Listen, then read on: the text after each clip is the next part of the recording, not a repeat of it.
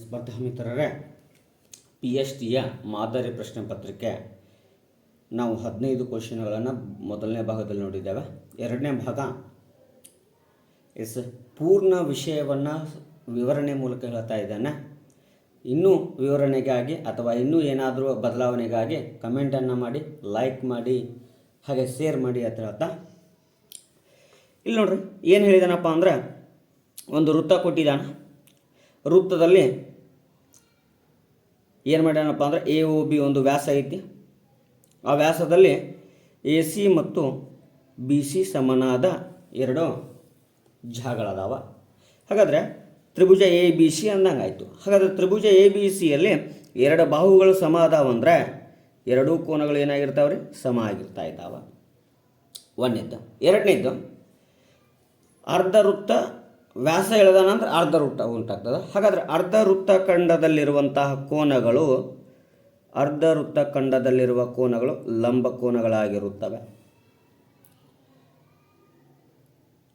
ಇನ್ನು ಇಲ್ಲಿ ಕೋನ A ಮತ್ತು B ಸಮನಾದ ಕೋನಗಳು. ಹಾಗಾದರೆ ತ್ರಿಭುಜದ ಒಳಕೋನಗಳ ಮೊತ್ತ 180 ಡಿಗ್ರಿ. ಅದರಲ್ಲಿ 90 ಡಿಗ್ರಿಯನ್ನು ತೆಗೆದೇವಿ ಅಂದರೆ 90 ಡಿಗ್ರಿ ಉಳಿತಾ ಇದೆ. ಕೋನ A ಮತ್ತು ಕೋನ B ಸಮ ಅದಾವಂದ್ರೆ 2ರಿಂದ ಭಾಗಾಕಾರ ಮಾಡಿಬಿಡೋಣ. ಎಷ್ಟು ಡಿಗ್ರಿ ಆಗ್ತದೆ ರೀ? 45 ಡಿಗ್ರಿ. ನೆಕ್ಸ್ಟ್ CAB ಎಷ್ಟು ಡಿಗ್ರಿ ರೀ? 45 ಡಿಗ್ರಿ. ಇನ್ನು ಇದ್ರಾಗ ಅಂಶವನ್ನು ನೋಡಿದಾಗ ಅರ್ಧ ವೃತ್ತಖಂಡದಲ್ಲಿ ಲಂಬ ಕೋನಗಳು, ಲಘು ವೃತ್ತಖಂಡದಲ್ಲಿ ವಿಶಾಲ ಕೋನಗಳು, ಅಧಿಕ ವೃತ್ತಖಂಡದಲ್ಲಿ ಲಘು ಕೋನಗಳು ಉಂಟಾಗುತ್ತವೆ. ಅದೇ ರೀತಿಯಾಗಿ ಒಂದೇ ವೃತ್ತಖಂಡದಲ್ಲಿರುವ ಕೋನಗಳು ಸಮನಾಗಿರುತ್ತವೆ. ಅಂದರೆ ಈ ವೃತ್ತಖಂಡದಲ್ಲಿ ಇನ್ನೊಂದು ತ್ರಿಭುಜ ತೆಗೆದಿದ್ನ ಅಂದ್ರೆ ಅಲ್ಲಿ ಲಂಬಕೋನ ಉಂಟಾಗ್ತಾ ಇದೆ. ಹೀಗೆ ನೆಕ್ಸ್ಟ್ ಇಲ್ಲಿ sides length can for valid triangle. ಅರ್ಥ ಮಾಡ್ಕೊಳ್ರಿ, ಕನ್ನಡದಲ್ಲಿ ಏನು ಹೇಳ್ಬೇಕಪ್ಪ ಅಂದ್ರೆ, ಯಾವ ಅಳತೆಯು ತ್ರಿಭುಜವನ್ನು ರಚನೆ ಮಾಡಲು ಬರುತ್ತಾ.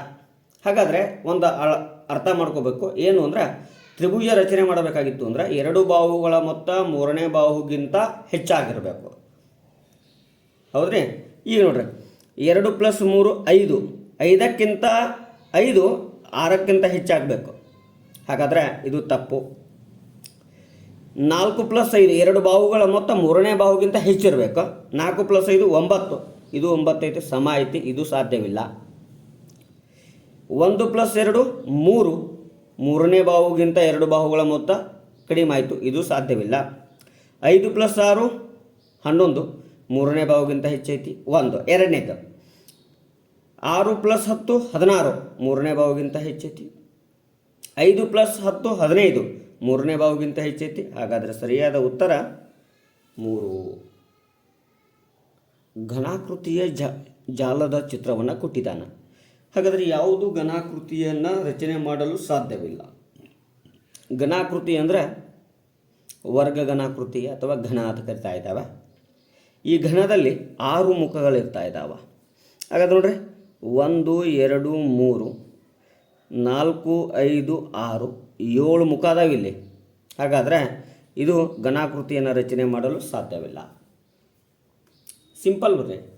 ನೆಕ್ಸ್ಟ್ ಏನು ಹೇಳ್ತದನಪ್ಪ ಅಂದ್ರೆ, ಈ ಕೆಳಗಿರುವಂತಹ ಆಕೃತಿಗಳು ಎಷ್ಟು ಸಮತಲ ಮೇಲ್ಮೈಗಳನ್ನು ಹೊಂದಿದಾವ ಅಂತ ಕೇಳ್ತಿದ್ದಾನೆ.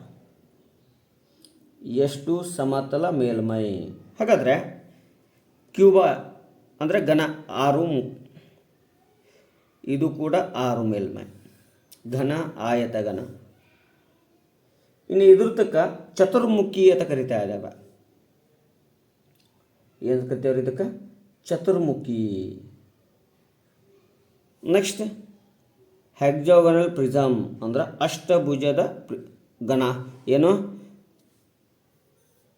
ಘನಾಕೃತಿ ಅಂತ ಕರಿತಾ ಇದ್ದಾವೆ. ಹಾಗಾದರೆ ಇದು ಏನಪ್ಪ ಅಂದ್ರೆ ಕಡಿಮೆ ಸಮತಲಗಳನ್ನು ಹೊಂದಿರುವಂಥ ಆಕೃತಿ. ಚತುರ್ಮುಖಿ ಅಂದ್ರೆ 4 ಸಮತಲಗಳನ್ನು ಹೊಂದಿದೆ.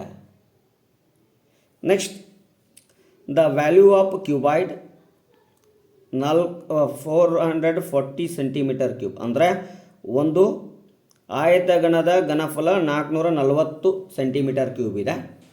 ಆಮೇಲೆ ಅದರ ಒಂದು ಪಾದ 88 ಸೆಂಟಿಮೀಟರ್ ಸ್ಕ್ವೇರ್ ಇದೆ. ಹಾಗಾದರೆ ಎತ್ತರವನ್ನು ಕಂಡುಹಿಡಿಯಿರಿ ಅಂತ ಹೇಳ್ತಿದ್ದಾನೆ. ಸಿಂಪಲ್ಲಾಗಿ ಕಂಡುಹಿಡಿಬೋದ್ರೆ ಏನು ನೋಡ್ರಿ, ಘನಾಕೃತಿಯ ಘನಫಲ L into B into H. ಇದು ಎಷ್ಟೈತ್ರಿ? 440. ಇನ್ನು ಪಾದದ ವಿಸ್ತೀರ್ಣ ಅಂದ್ರೆ ಎಲ್ ಇಂಟು ಬಿ ಎಷ್ಟೈತ್ರಿ? 88. ಉಳಿದಿದ್ದು ಎಚ್ ಉಳಿತು ಈಕ್ವಲ್ ಟು 440. 88 ಒಂದಲೆ 88 ಐದಲೆ ಎಚ್ ಈಕ್ವಲ್ ಟು ಎಷ್ಟು ಉಳಿತೈತ್ರಿ? 5 ಸೆಂಟಿಮೀಟರ್. ಸರಿಯಾದ ಉತ್ತರ ಆಪ್ಷನ್ 3. ನೆಕ್ಸ್ಟ್ ಇಲ್ಲಿ ಪ್ರೊಬಬಿಲಿಟಿ ಕೇಳಿದಾನ, ಸಂಭವನೀಯತೆ ಏನು? 3 ಕಾಯಿನ್ಗಳನ್ನು ಏನು ಮಾಡ್ದಾನ್ರಿ? ಎಸೆದಿದ್ದಾನ.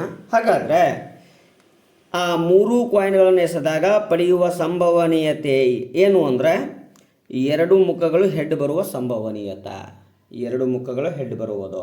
ಹಾಗಾದರೆ ನೋಡ್ರಿ, 3 ಕಾಯಿನ್ ಎಸೆದಾಗ 3 ಹೆಡ್ ಬರ್ಬೋದು, 3 ಟೇಲ್ ಬರ್ಬೋದು, 2 ರೀತಿ ಬರ್ಬೋದು. ಸರಿ ಇಲ್ರಿ, 1 ಹೆಡ್ 1 ಟೇಲ್ 1 ಹೆಡ್ ಬರ್ಬೋದು. ಇಲ್ರಿ, ಟೇಲ್ ಹೆಡ್ ಟೇಲ್ ಬರ್ಬೋದು. ಇಲ್ರಿ, ಹೆಡ್ ಹೆಡ್ ಟೇಲ್ ಬರ್ಬೋದು.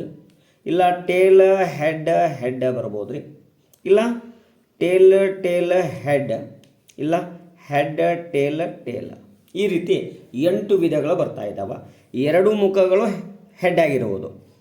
1 ರೀ, 2 ರೀ, 3 ಮುಖಗಳು ಹೆಡ್ ಸಿಗ್ತಾವ 3 ಬಾರಿ. ಹಾಗಾದರೆ 3 ಒಟ್ಟು ಎಷ್ಟು? 8. ಹಾಗಾದರೆ ಇದರ ಸಂಭವನೀಯತೆ 8. Next, number of lines symmetry in equilateral triangle ಅಂದರೆ ಸಮಬಾಹು ತ್ರಿಭುಜದಲ್ಲಿ ಎಷ್ಟು ಸಮಮಿತಿ ಅಕ್ಷಗಳಿವೆ? ಸಮಬಾಹು ತ್ರಿಭುಜದಲ್ಲಿ 3 ಸಮಮಿತಿ ಅಕ್ಷಗಳಿವೆ.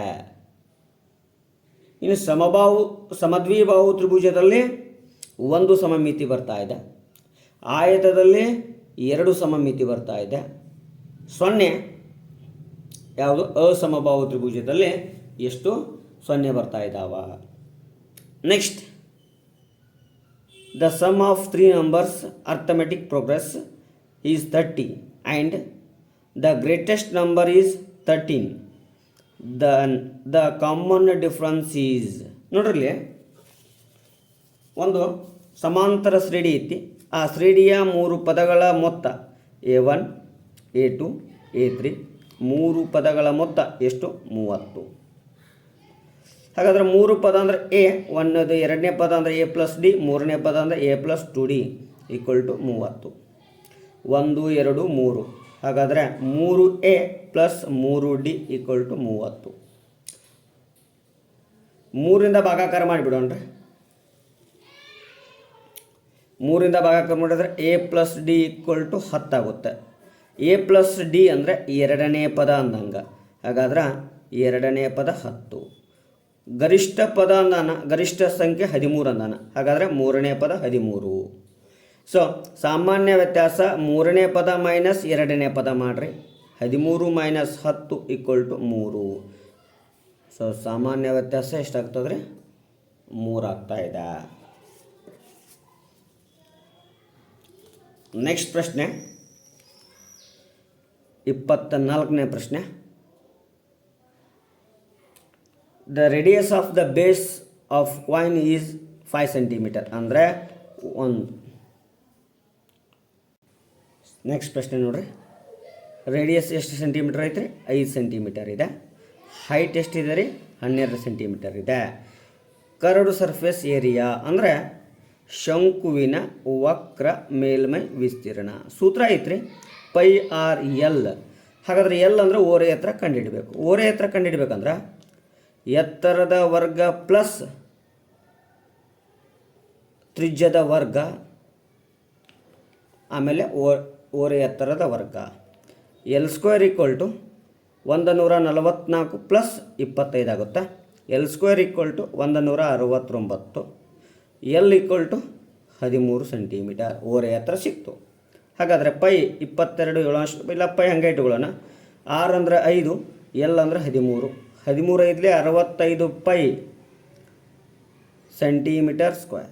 65 pi centimetre square. Next, distance between the 2 points A B comma 0 B A ಕಾಮ 0. ಇವು ಎರಡರ ಸೂತ್ರವನ್ನು ನೋಡಿದಾಗ D equal to root of x1 plus x2 whole square x1 minus x2 whole square plus y1 minus y2 whole square ಮಾಡಿದಾಗ ನಮಗೇನು ಸಿಗ್ತದೆ, ಒಂದು ಬೆಲೆ ಸಿಗ್ತಾ ಇದೆ. ಇಲ್ಲಿ ರೂಟ್ x1 ಅಂದರೆ ಬಿ ಇದೆ, ಮೈನಸ್ x2 ಅಂದರೆ 0 ಇದೆ, ಪ್ಲಸ್ y1 ಅಂದರೆ 0 ಇದೆ, y2 ಅಂದರೆ a ಇದೆ, equal to root of B square plus A square ಅಥವಾ A square plus B square. ಸರಿಯಾದ ಉತ್ತರ ಆಪ್ಷನ್ 1.